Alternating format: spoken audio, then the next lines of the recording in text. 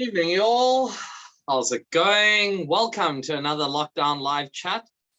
As per our last episode, I believe, we pretty much have been shaking this up a little bit. We've been dipping our toes a little bit more into African metal. And to help me delve a little bit deeper into all of this, as usual, joined with my notorious co-host, the purveyor of all things Draconem Media, Mr. Alec Larson. How's it going, man? How you doing? Oh, good. It's I'm glad we're doing this. It's very interesting to explore all the different unique versions of metal that that Africa has to offer. What's really cool is this this second list comes a lot more from the more African metal bands. It was chosen with some help from the guys at HeavyHops, their top 20 weekly lists, but also from the African metal page on Facebook. So two really great resources to check out if you just want to dip your toes in all things African metal. Yeah, indeed. We will include links in the description to both of the groups and the website for HeavyHops. Loads and loads of metal. We're going to try skim the surface, but as usual, we'll be digging a lot deeper over the next few months as well. So I guess, Alec, if you're ready, why don't you kick us off? Where are we heading to first? So, yeah, we're heading to two split areas, one in Africa, one in South America. It's a band that's got a member from Kenya and a member from Colombia, and this is off one of their split. So I guess it's almost like a split record, and it's Chovu from Kenya and The Witch from Colombia. The track is called Phantoms in the Dark. What did you think about it? Interesting one. I mean, we jumped right in with this one. This is a mammoth track, I believe, clocking in at almost over 11 minutes. So from the get-go, kind of didn't know what to expect. A gut feel was a kind of Black and Death type of band by the visual imagery in the video. About 3 minutes had passed by with a very acoustic type of intro before it really kicked in.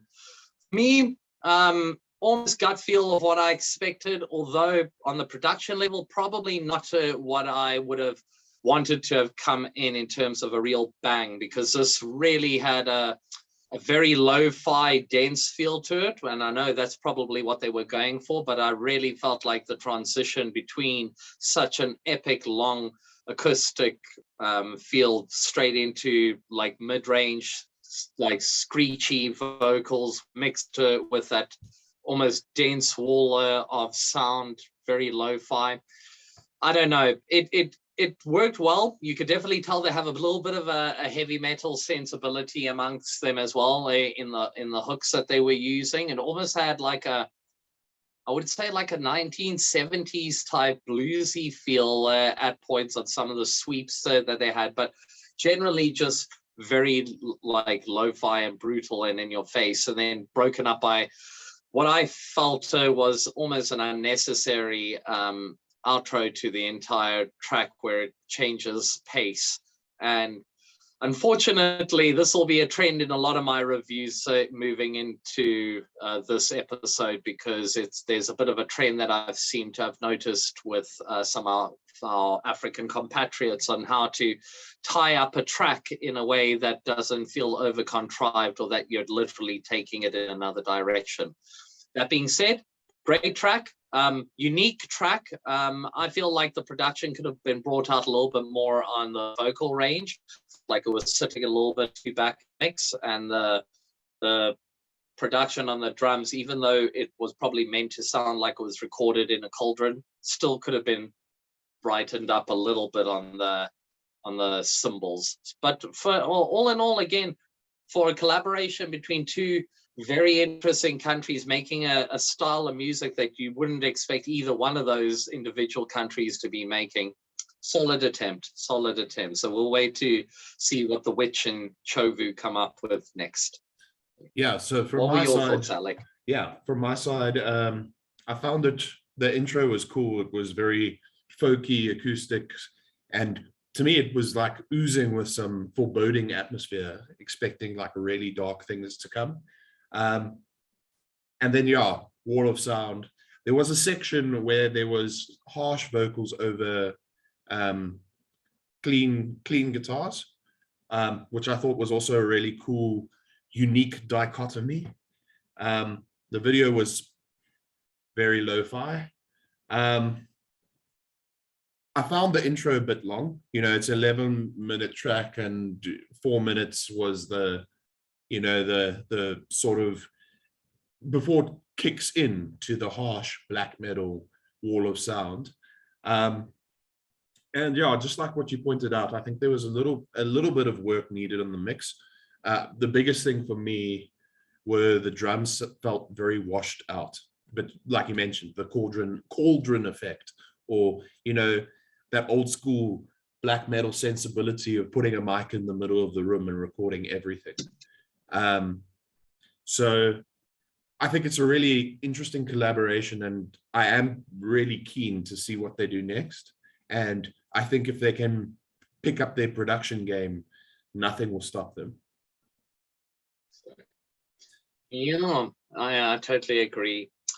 How about we pull things back down to South Africa? What do you say? Yeah, so the next act is a band called Swazi. They are from South Africa, which is interesting because Swazi. I think I guess I'll take a stab at this one to start off with. To me, it had like a dark synth style intro. Kind of made me think of some German EBM. And then, like, when the vocals kicked in, it had quite a bit of a Nine Inch Nails feel. You know, the clean vocals, but not like operatic, like, I guess, a band like Rammstein, but like more, you know, like gothic feeling. So industrial gothic, Nine Inch Nails, but from South Africa. So I thought it was a reasonable track. I think the production was pretty good, and I think it hit the notes of what it was trying to do. Yep. You pretty much mirrored what I was going to say. On gut feel, the backbeat felt very Rammstein-esque, solid, like very formulaic type guitar riff, but because it's a super catchy guitar riff, you kind of let it slide. Vocal wise, yeah, had more of a Combine Christ, Nine Inch Nails type mid-range, almost cleaner vocals. But when I think of that type of music, I definitely think that there's a gray area between literally that Ministry type sound, where it is more scratchy and high, to what the Till Lindemann of a Rammstein is. There's a gray area there, and these guys kind of sit right in the middle with that. Catchy hooks, really can't fault it. I would probably have said maybe the vocals could have been brought out a little bit further into the mix, because they have a very rhythmic type pattern in themselves, feeding a lot off the guitar and the drum beat. So for future reference, maybe they'll take it into consideration. But it was a solid first offering, and again, to hear it coming out of SA, it's refreshing. I'm sure even from your side, being someone that dabbles in that as well, it's like it's good to see some other people kind of trying to wave the flag. So yeah, good effort. Good really effort. Cool. Definitely a great effort. I think we're going to go across to what most people use as their honeymoon islands. It's a little place called Mauritius, and the band is called Revolt, and the track is called Nineveh. So what did you think, eh? Well, from the get-go, when I saw the name Mauritius, it's not really a name at all that you would associate heavy metal with. That being said, once I kind of pulled my head out of the sand and realized that metal is all the way across this continent, I looked into it with open eyes. The video from the get-go made me feel like I could deal with a little bit of a honeymoon myself. It was quite the tropical setting, yet there was this almost like a band that had the catchy type riffs of what a Metallica Black would have had. That 90s heavy metal, well-produced, like meat and potatoed, like guitar riff and drums just sounding solid, produced well. What really caught my ear was the fact of how the vocals were from the get-go. And I don't know what, I do apologize to any of our Mauritian viewers, but I actually am not quite sure what language he was singing in, obviously native to Mauritius, but it sounded good. It was catchy. The vocalist especially had a great balance of harsh and clean vocals, and the musicianship really supported it. I think the hardest part with bands really, and it's a trend again that I've noticed through a lot of these reviews, is just getting that final mix of being able to get the vocals perfectly sitting with the guitar and spaced enough with the drums and stuff. But that being said, this is a epic track. 7 minutes, has 2 big changes that happen tonally and literally tempo wise, changes completely, especially the last 2.5 minutes. But I can understand why they did it. Obviously working with the video, and I do suggest that you guys watch that. It's obviously trying to give a lot more of a feel to the natives that would listen to heavy metal in Mauritius, and kind of giving people like us who would look at it nothing more than a tropical honeymoon location as a beautiful location that actually is diverse in musical culture as well as people. So I loved it. I really did. I thought it was different. Like, I didn't understand the lyrics, and I was okay with that because the musicianship kind of shone through it. So again, like, really well done to the dudes, and I would actually go watch them. If I was out in Mauritius, I would look up, and hopefully they'd be playing a concert nearby at one of the nearby, tropical bars. Would be quite awesome. What were your thoughts, though, Alec? Yeah, you've basically said it all, but this is one of my favorite bands that I've listened to out of both sessions that we've done. I thought it was like one of the most almost unique acts. It started off, like you mentioned, meat and potatoes, thrashy Metallica Black album intro. I really like the guys' unique mid-range harsh vocals. Then there was quite a lot of groove in the riffs. The music was well produced. The video was excellently done. There was a fantastic progressive style breakdown that was so cool. Some of the cleans had a little bit of a pitchiness, but I understand that that's also it might just be the tone and the accent. So and the language, like maybe it's not something I'm used to. I kind of said that I would almost define this as progressive melodic death metal, because it had some death metal elements. It had the melody, it had the progressiveness, and it had some depth to it. It was a long track, but like I didn't find myself getting bored or anything. And the vocalist guitarist is extremely talented. That it has like such a cool, beautiful, emotional solo in it, in the song. So yeah, definitely one of the bands to watch out for. I think they hit it out the park for me. Revolt. Yeah. So salute to Revolt. We're going to shake things up a little bit though, Alec. We're going from clean, beautiful, melodic, and variated. We're going back up to a very familiar place. We're going back up to Egypt. The group called Immortal Son, and I'm sorry if I do butcher this name of the track, but it is called Sultan Salahiddin Ayubi Invitation. So I'm going to rather kick this off to you. I'll refrain from leaving my thoughts after. What were your thoughts on this this offering? So for me, it kicks off straight out of the gates with a aggressive black metal riff and some ambient, clean black metal lead guitar.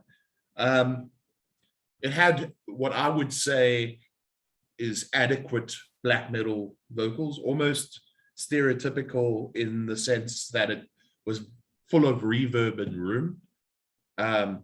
So not necessarily crunched and defined, but like very spacious. For me, the song cruised basically the whole way through. And at about 2.5 minutes, there's this thrashy death metal style breakdown, which is very, very cool. The production is reasonable. It's not amazing. It's not trash. You know, it's somewhere between the two. And then I made a note that I liked, there was after the breakdown, there was a very cool use of the Rossini crescendo where basically layers of the instruments just built on top of each other. So yeah, that's a musical theory term for you folks at home. Rossini crescendo.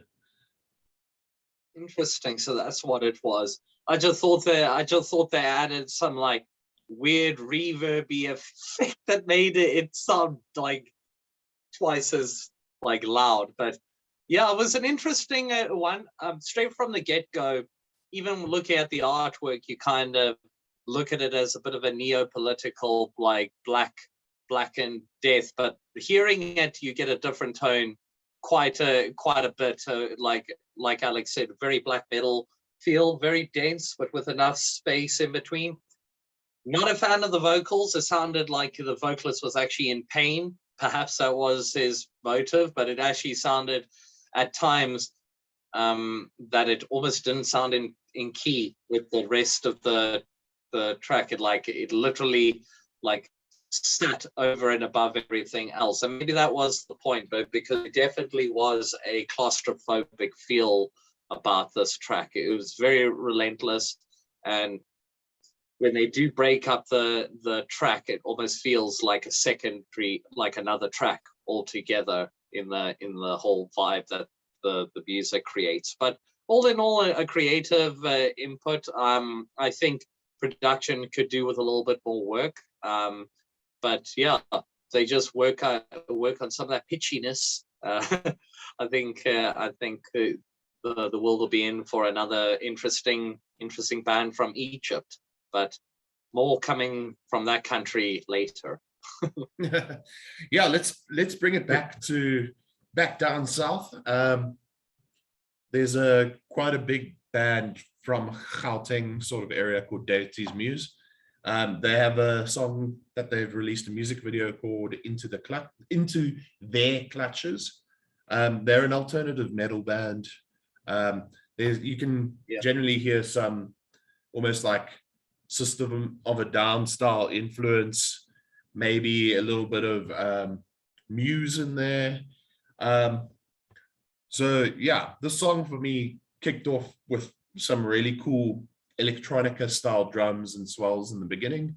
And I do dig the clean vocals. They are an interesting alternative metal band. Their music kind of reminds me of a band that's come out to South Africa twice from Australia called Dead Letter Circus, but without the extremely high vocals. It's well produced and basically a great music video. You can see that a lot of investment has gone into it. I can't really fault it, other than it not really being my style that I enjoy. But for what it is, it's top notch. Yeah, it's for me, it's very hard to kind of even tell that they're a South African band when you hear it. They literally have all the nuances of a band like Muse. They've got like, so like the clean vocals like kind of set them apart from a lot of other like local bands, especially in the alternative front. It's not the alternative rock front / metal. It's not really a path traveled much, but in control of all of this, we have Mongrel Records, who are kind of the notable label in this country that are really waving the flag for this type of alternative rock sound. You could definitely see these guys sitting in very well with like pioneers of the SA alternative rock sphere, like Springbok New Girls. So yeah, if you guys are into this type of sound, definitely check out Mongrel Records. You won't be disappointed. These guys represent a lot of quality bands that you see on the circuit quite often here in South Africa. So yeah, definitely take note. But yeah, for what it is, can't really fault it. It's not my musical taste, but in a bubble, listening to it on the radio alongside other, dare I say it, more college rock type bands like a Weezer or Wheatus or Smash Mouth or something like that, where it's more party rock feel good stuff. These guys can sit kind of between that and probably any of the more pronounced like metalcore bands. So yeah, Deity's Muse, check them out. Obviously, if you guys are from SA, you probably heard the name many times, but go check out this video. Well produced, production's top notch. Yeah, SA alternative rock at its best. Let's call it that. So definitely. This next band, we're going to go up to Algeria. They're called Jugulator, and the track is Blood on the Red Flag. What did you think of it, Lau? Well, but on the nose with the name, guys, considering there's only two colors to the Algerian flag being red and white, so didn't have to like be worldly travel to figure out what this was about. Neo-political, I guess, like anarcho, like thrash metal, if you will. There's definitely a message behind it. Great story to the music video. I really like the production on this track. I think like in terms of thrash metal, there's always a couple of key fundamentals that come into it, like 3 or 4 big like chord progression changes, like decent like backbeat drumming, keeping the pace going. Doesn't have to be crazy, just needs to be consistent and solid, like mid-range to near in the front vocals. And this kind of has all of that. It picks up with some chunky 1980s Metallica / Anthraxy type guitar riffs, catchy as hell. Nice vocals come in. Has almost a new Nwaba type like hook for the chorus. And yeah, again, following the trend of a lot of the bands we've reviewed so far and still to review, at the end, around about the last minute and a half, it takes a whole different turn, and I can understand why they did it, to give the more intense like crowd response, slower tempo vibe. But in my opinion, it was kind of unnecessary. The track had me hooked the whole time, all the way until the last solo, and they didn't really need to add that secondary part. A lot of the time, I almost feel like these guys want to have an elaborate story to the video, to the song. So for the purpose of actually like getting the story out, they have to add a couple more verses and maybe a different time signature or time change. And this track kind of had that. But yeah, for a country that I really never really thought would have this style of metal, thrash metal alone, it was really refreshing to hear this. So yeah, good video, interesting music. I couldn't tell all the time if it was English or whatever the language was that Algerians are speaking, but yeah, it was catchy. And again, similar to Revolt, if the vocals sound good, you don't even need to know what they're singing about, as long as this like fits in. And again, the musicianship in terms of a thrash band, this band had it. So yeah, salute to Jugulator. Very fun track. Yeah, so from my side, this to me was straight up thrash. vocally and well, let's just say sonically, it made me think of Exodus. It's very well produced. It's relentless. One of the extra ingredients that I think belong in almost every single thrash song is the gang style vocals in the chorus, which they had. Check. There was like a really tom heavy breakdown, which like I'm not really that imaginative when it comes to writing drums, so this was really cool to see someone doing something cool on the toms. I like the thrashy solo. I thought musically they were top notch. You could almost feel that they would be at home playing with the great thrash metal bands. And also, I mean, I could see if we could ever organize that African metal bands play together, I could see these guys getting on with the guys in Disarmageddon. Vocally very different bands, but still they're both like straight up thrash.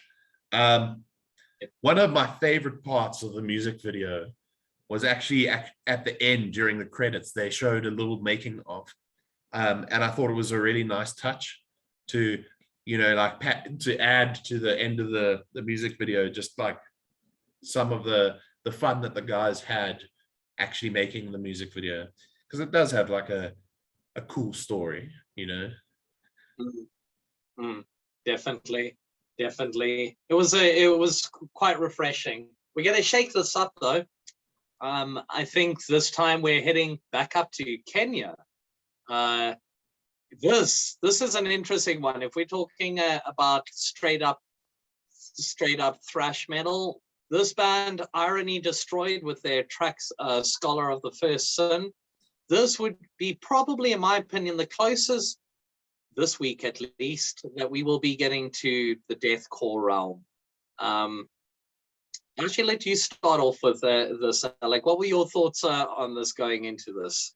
So yeah, for me, this felt very 09, so 2009 deathcore, where it was like the start of deathcore, where there was a lot of metalcore influence on the deathcore. So not super tuned down load guitars and super guttural, but more leaning towards the metalcore style, but still very, very deathcore. There were some elements of gent, you know, like the ambient leads over the breakdowns, which was really cool.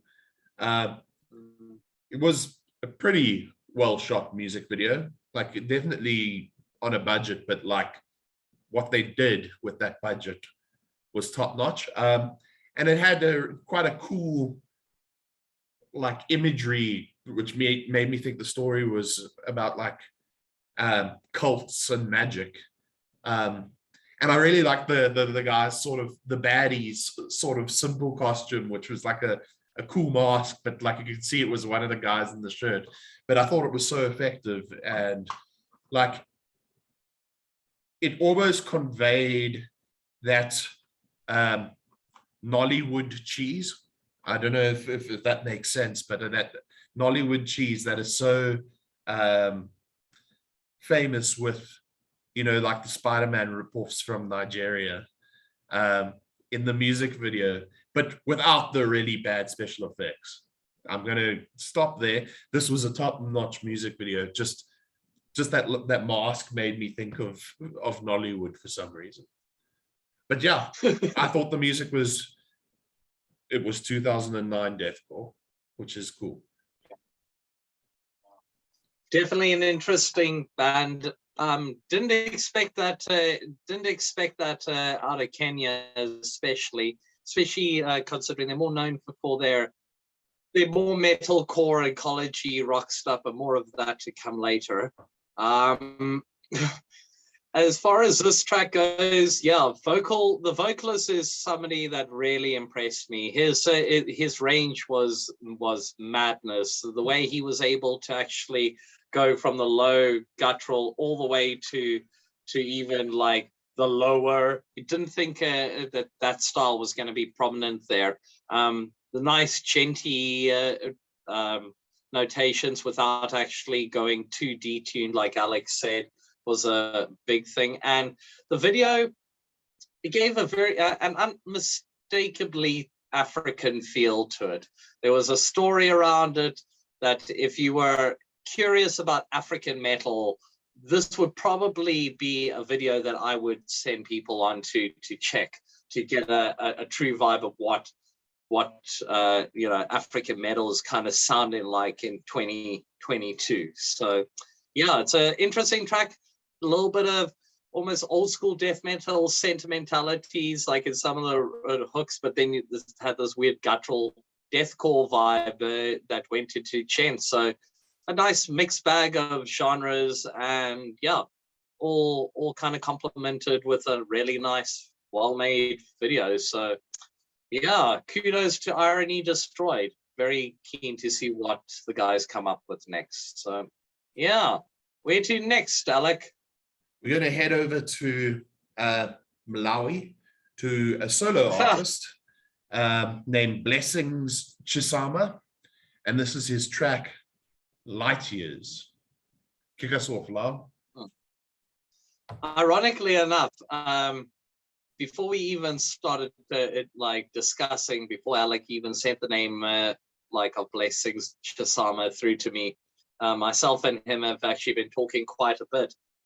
The first, and ironically enough, one of the standout tracks from his EP, which is available on Bandcamp, we'll include link over here, was that my standout personal favorite track out of the EP was in fact the track we're reviewing now, which is Light Years. Quality track.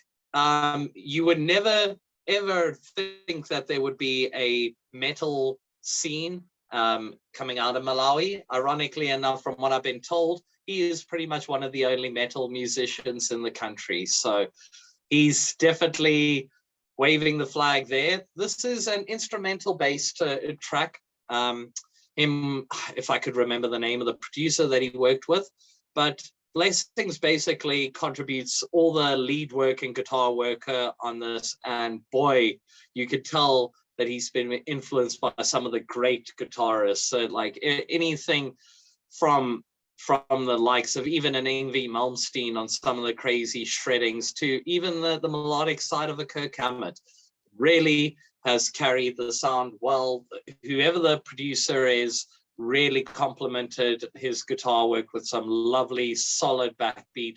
I love the little the little bit of the bass bits that are added in. You can actually hear the bass guitar like quite clearly. It's a well done track. I would suggest anybody, if they're into South African bands like Pajama Planet, for example, this pretty much is the Malawian doppelganger of what I would consider Pajama Planet to be doing in terms of instrumental. So really well done. Can't really give enough praise to this. I strongly suggest people go check this track out, Light Years. For me, it just checks all the boxes of what got me into heavy metal as a youngster. So yeah. What were your thoughts on it though, Alec? So as a guitarist, this music makes me feel about this size. The guy's instrumentation is top notch. If there are 3 guitarists now in Africa that I consider the best in no particular order, it would be Reino Rabi from Spectral Realm, Roberto Shitsono Jr. from Norbamide, and now Blessings Chisama. Those oaks, their technicality, their proficiency is out of this world. And if those 3 had to collab on a song, it would be the most shred heavy solo wankery that you could actually get in music. This song, yeah, is Prodigy level. It sort of almost reminds me of a guy from Australia called Paul Wardingham, which is also very shreddy, solo-y, has that cool electronica in the background layers. The solo in the outro of the song is just ridiculous. I can't praise this guy's instrumentation enough. And the fact that he's flying the flag high in Malawi as one of the only metal guitarists, metal musicians there. You probably find all the other metal musicians saw him and got so intimidated that they left the country. Yeah, definitely can't give the guy enough props, and a humble dude as well. I believe he's worked a little bit with Alvadinia's boy Chris Sinopoulos. So yeah, could definitely see how the jazz type effect would gel with those two dudes together. So yeah, well, in the words of Monty Python, now for something completely different. We're heading off to Kenya, and we're going to be talking about a band called Power Slide, and their track called Violet Pilot. Yeah. So, would you like me to kick this off, Alec, or would you like to? Let me start this one off. For me, this had like a pop punk style intro. It sort of vocally reminded me of Wheatus, Teenage Dirtbag and all that vibe. Yes. Except for the weird, and people might get upset, screamo vocals as part of the chorus. This is one of these acts that I guess you could classify as easycore, which is like a blend of pop punk and metalcore. Bands like A Day to Remember. This is basically a Kenyan version of A Day to Remember. The production was adequate, and it had quite a cool outro breakdown, like not really my style. I've never really been one for easycore, but it's good for what it is, blending pop punk and metalcore. Exactly. It also, I'm not sure if you were aware of this, it is the shortest track on our list today in terms of runtime. So they don't really muck about with this. It's a 3-minute, 30-second track with verse, chorus, solo, all interlaid and heavier with more screamo vocals added in at the end. I imagine this is probably for somebody that listens to the style of music exactly what you would want from it. And the fact that it comes from Kenya, this is a country that really does pride itself on producing a lot of quality metalcore in the African continent. So to actually hear a band that kind of delves a little bit away from the clean singing and actually implements a bit of the screamo vocals. Yeah, for what it is, production could have been a little bit tighter. I keep saying just a little bit brighter on the highs would have gone a long way. A little bit more cowbell, guys. Just a little bit more cowbell. But yeah, good effort.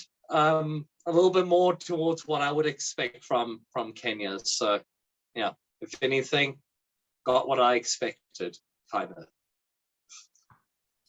Cool. I think we're going to go further up north again, back to Egypt, but not black metal this time. This is a band called, and yeah, please don't get upset if I pronounce things wrong. I think it's called Zaire, and the track is called Garan. What did you think, Lal? This was an interesting band because, again, you primarily would constitute Egypt with more either melodic death or black metal, whereas this similar to a couple of bands that we spoke about earlier, for example, Revolt. This was this pretty much started off with a. I can only compare it again to an Anthrax / Metallica-esque type, 1980s, well-produced, like catchy, almost thrash, traditional heavy metal, speed metal type riff. And initially, when I heard the vocals, again, in another language, I presume Egyptian, initially the vocals kind of caught me off guard because they were a little bit front in the mix.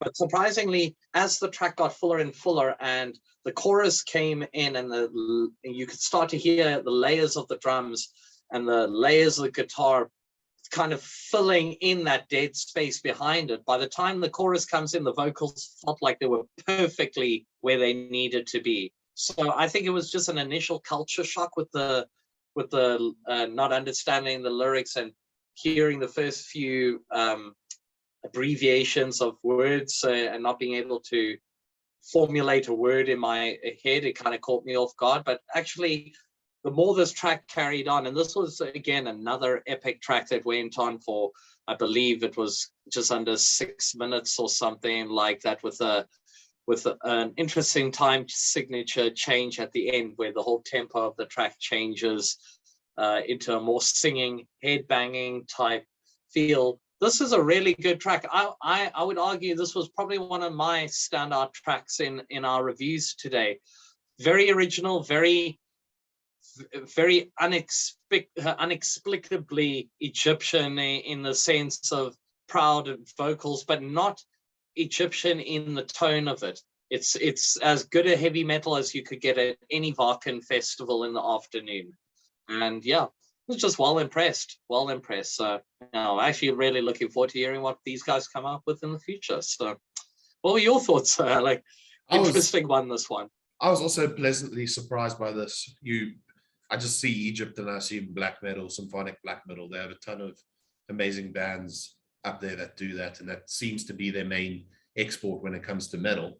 And this to me, the intro sort of reminded me of Pantera, that groove to it, but blended with their own sort of Middle Eastern Egyptian style. The vocals are a unique combination of spoken word singing and like a, not screaming, but like a harsh singing. One of the things that also took me by surprise was just before 3 minutes, the song slows right down and then creates the perfect amount of space before a breakdown, which then speeds up, and then there's a fantastic solo. This was extremely unique and not really what I expected, but I loved it all the same. I think it's so cool to this is almost the point of doing these talks, is to expose us to these bands that are really interesting, different language, and not the same 10 South African Black Death thrash bands, that are constantly in the news. So this was really cool for me, and yeah, I liked it a lot. It's always a pleasant surprise when you can have a band that kind of catches you off guard, but represents their country well. I really think these guys have done a good job. So speaking about symphonic black and death, let's head back down to South Africa, Alec. An old favorite, one of my personal favorite bands to come out of this country in the last couple of years, especially during this pandemic, talking about Brandmerkk and their single that came out last year called Tower of Blood. So Alec, you kick us off. What did you think of this symphonic one? So musically fantastic, and the orchestration is so good, especially in the intro. It almost reminds me of Andy Gillian's work for Mors Principium Est when he was still there. But somehow there's that transition from Finnish melodic death metal to Gothenburg, and it blends perfectly. So starting off Finnish melodic orchestrated death metal straight into Gothenburg, and the song, as far as I believe, it's mastered by the same guy that masters Mors Principium Est's albums, Thomas Pleck. at the Panic Room in Sweden. And yeah, you can hear that the pros had their hands on the track. It's top notch. Like, there's not much that you can fault it on. Also, the one thing I'll also, point out and give a shout out to is the main man behind it, Heino Brand. He did the single cover art, and it's absolutely fantastic. And you can see that the guy's a complete pro. And I've looked at his Fiverr account, and he's super reasonable. So guys, seriously, if you need some album art, if you're a symphonic black metal, melodic death metal band, you cannot go wrong contacting Heino Brand. Yeah, definitely. We'll actually include a link to his Fiverr account as well in the description. Some of the most quality work, such an underrated artist, but not underrated enough that he can't be designing for some of the biggest bands on the planet. So we're very lucky to have a guy like this on our shores, right under our nose, without, charging those lovely Euro rates that all the bands are acquainted with here. So yeah, Heino Brand, Brandmerkk, good stuff, guys. Check it out. This track is quality. I mean, it's the orchestration, the production, the symphonic leads. I mean, if you're a fan of any of that that traditional Swedish death metal with the symphonic touches, anything even in the realms of like a hypocrisy at points, to a dimmable gear in some points, this will give you literally everything you want. That and a bag of chips. So not going to put over Brandmerkk anymore. They know we dig them. They just need to keep on doing their thing. We'll keep on listening. So yeah, from the crystal clear, mastered in Sweden sound, back up to Egypt. Yeah. Alec, tell us about our next one. Yeah, so the next band is Lycopolis, and the track is He Whose Name is Hidden in the Hills. Now, this song is what I would say is in the a lesser known genre. It reminds me of war metal, which is bands like Archgoat, Goat Scourge, and Satan Destroyer. Very lo-fi, mixes quite muddy. The one thing I'll say is the vocals on this track were mixed much better than most war metal bands' vocals are mixed. But on the same side of the coin, or opposite side of the coin, drums were almost inaudible, which is very different to war metal, where everything is turned up to 11. There's some great riffs in this track, though. I just do wish I could hear them a bit better, What did you think? Yeah. Well, similar. And the moment I heard it, I thought of it as a raw demo version of Archgoat. I was literally like, if you think of what the main ethos, the primary motive behind black metal being, that is meant to be cold and unforeboding, this almost had the opposite effect. Although tonally, like, you could feel like the lo-fi nature in the music. Like Alex said, you could barely hear the toms or the kick on the drums.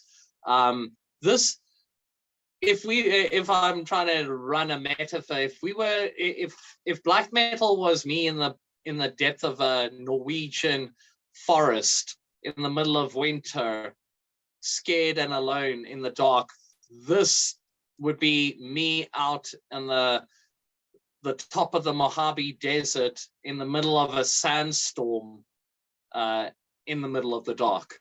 So a claustrophobic type feel is what I got. Like, you get that all-consuming wall of sound, but not in a way that you would really expect it. And maybe that is the nuance to what is going to make these guys go further.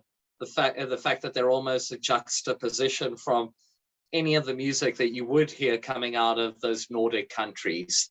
It's kind of like turning up different things up to 11 and turning other things down to 0. So interesting band. I don't know. It's always an interesting like thing going and hearing a band like this where you think that there's a problem with the production, but it could have been done intentionally. So you try to get in the head of the writers, try to make sense of this. But yeah, claustrophobic, like wall of sound, very, like jet engines screaming, and from Egypt. They just keep on bringing him. They just keep on dishing out this weird, dark, black metal sound from a place with 42 degrees Celsius weather. Sure. Go figure. So now, Anyway. now we're going to go across a little bit to Morocco. There's a band called Berserk. They released a track called Messiah. And yeah, I'll start this off. It has some epic leads in the intro, then a little bit of a thrashy bit, then some cleans and slow. It was quite progressive. It's elements I found of doom metal. I really enjoyed the inclusion of native percussion instruments. I think African metal has the unique opportunity to showcase some of our native instruments, and I wish bands would do it more. I thought it was well produced and had some fantastic cleans. Probably some of the best clean singing of all the tracks we've reviewed so far. I mean, the music video was cool. It was black and white. Yeah, there's nothing much that I can complain with this band. Again, Morocco, you wouldn't really associate it with metal, and this kind of touches on a lot of bits and pieces.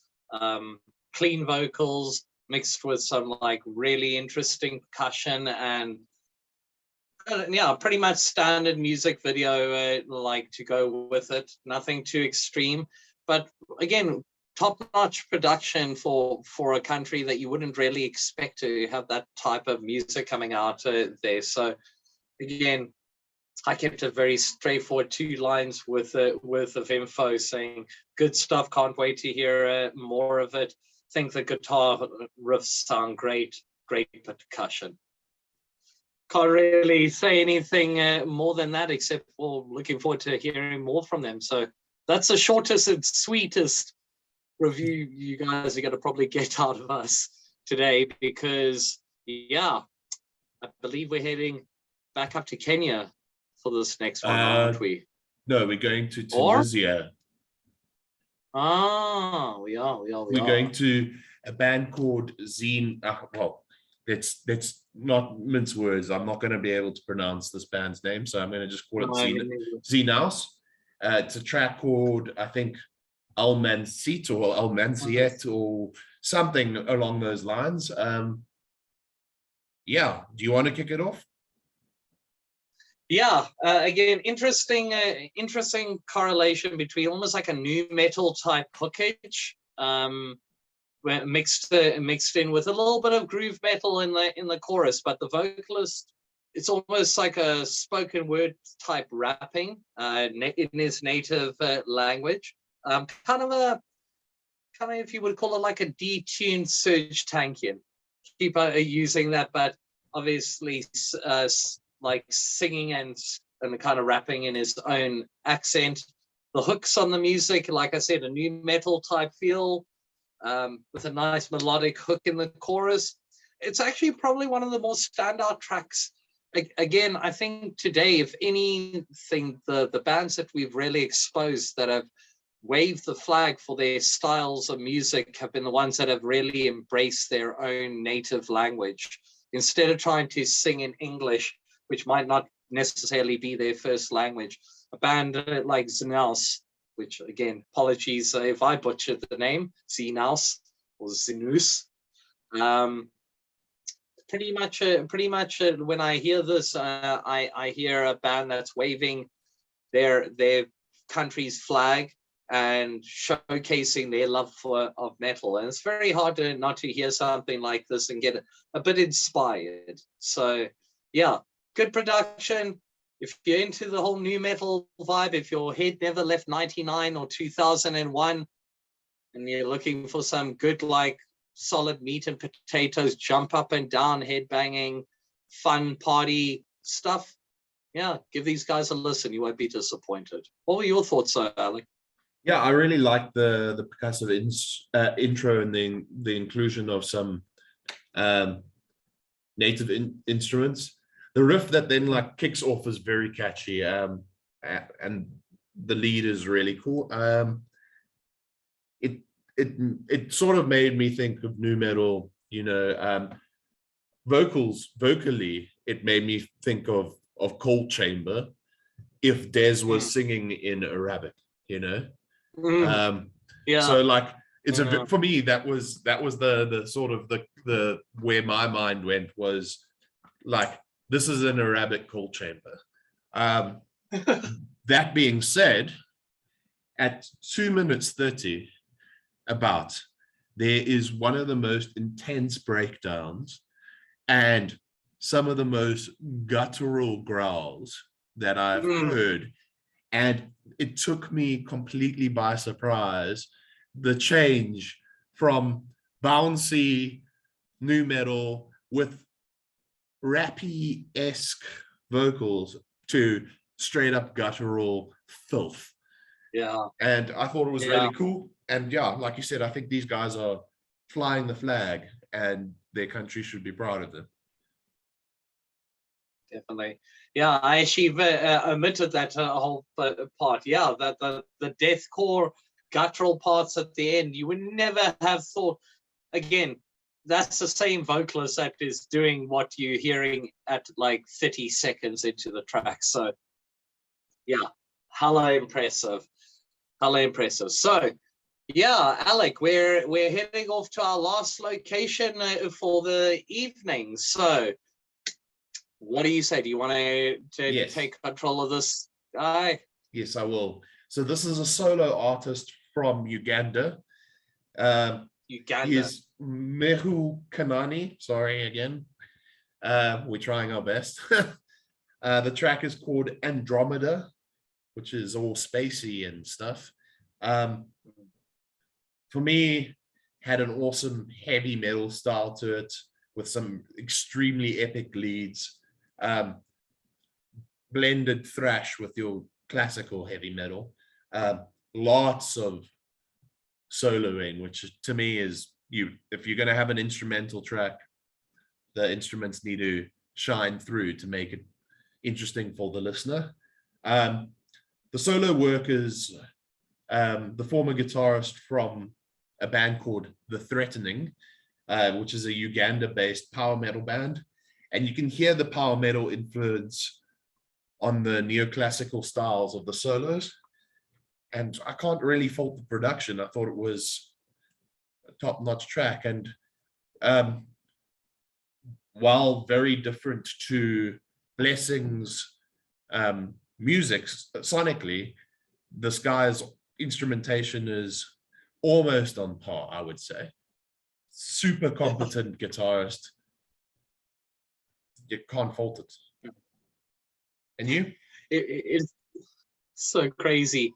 When you think that literally in my humble opinion, the two standout artists, like in terms of musicality and guitar work, are literally coming out of countries such as Malawi and Uganda. It really, yeah, take a bow, Africa. It's like you can be quite proud. And yeah, like you said, Alec, what's a Mahul Kanani, probably not comparable to Blessings Chisama, but on the same level in terms of musicality and musicianship. I also got to give whoever like wrote the music to this Andromeda track a lot of credit, because similar to Blessings, the backbeat and the music, it's all so well layered, and the solos have all the space in the world to just go and flare out, and you can hear all the bombastic power metal type lead work when the tracks are when this particular track is just given the ability to fly.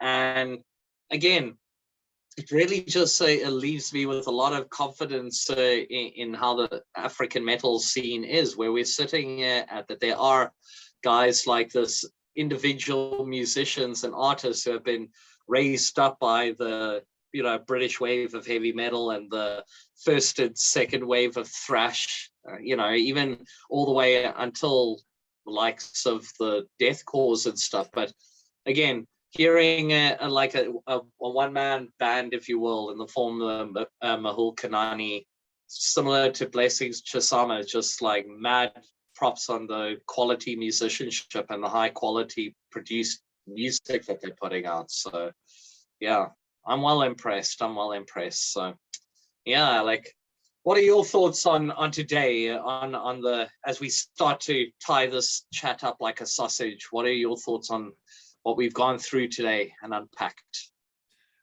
I thought it was really cool, and I really appreciate the work done by the guys that curate these top 20 or top 10 lists. It gives us the opportunity to see stuff that we wouldn't necessarily see, because there is so much music out there. We could never listen to it all. So these lists give us a great opportunity to see some cool new shit.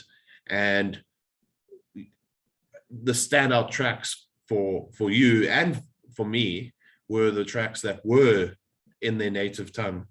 And I thought it was really cool to be able to experience that. I'd love to be able to have some of the bands we've mentioned from Africa on a lockdown chat. It's obviously a little bit difficult if the guys are not comfortable with speaking English in like an interview type setting. So the language barrier is a bit difficult. But if there are guys that are keen to talk to us, they just need to, I guess, hit us up. So yeah, I think this is going to be, this has refreshed me after a very long spell of lockdown chats that we did basically weekly. This has given me like a new sense of purpose for the music sort of I guess press that we do. This has given me a newfound love for it. So I think it's just been a cool experience. How about you? I've been enjoying this. This is part 2 of our chat, and I think we're going to keep this going. We'll stick with our bi-weekly plan here. It gives time for everybody to digest all of the music that is there, because God knows for us, this to a certain extent is homework that you have to do, but it's the best kind of homework, because we're exposing and we're coming across a lot of new awesome talent, like technically in our backyard, and it's been quite a fun little trip. I'm looking forward in seeing what bands we're going to check out in the next couple of weeks. There's always going to be new talent now, and the pool got a lot more now. So yeah, I think for this week though, I think we can probably wrap this up for a week. What do you think, Alec? Yeah, this has been a nice long session. So I think it's good to wrap it up and call it a night. Call it a night. And yeah, obviously we just got to give mad shout outs to the guys of HeavyHops and African Metal. We'll include the links to all of their social medias and their websites, so that you guys can go check out all of the bands across Africa. And yeah, just keep exploring new music, guys. Keep having new musical experiences, dip your toes into stuff that makes you a bit uncomfortable in the music scene. We're having a good time. We're going to keep this going. We'll see you guys in about 2 weeks or so. Just keep supporting the metal, and hopefully this pandemic will be over soon enough. Awesome, guys. Have a wicked weekend. Laters. Cheers.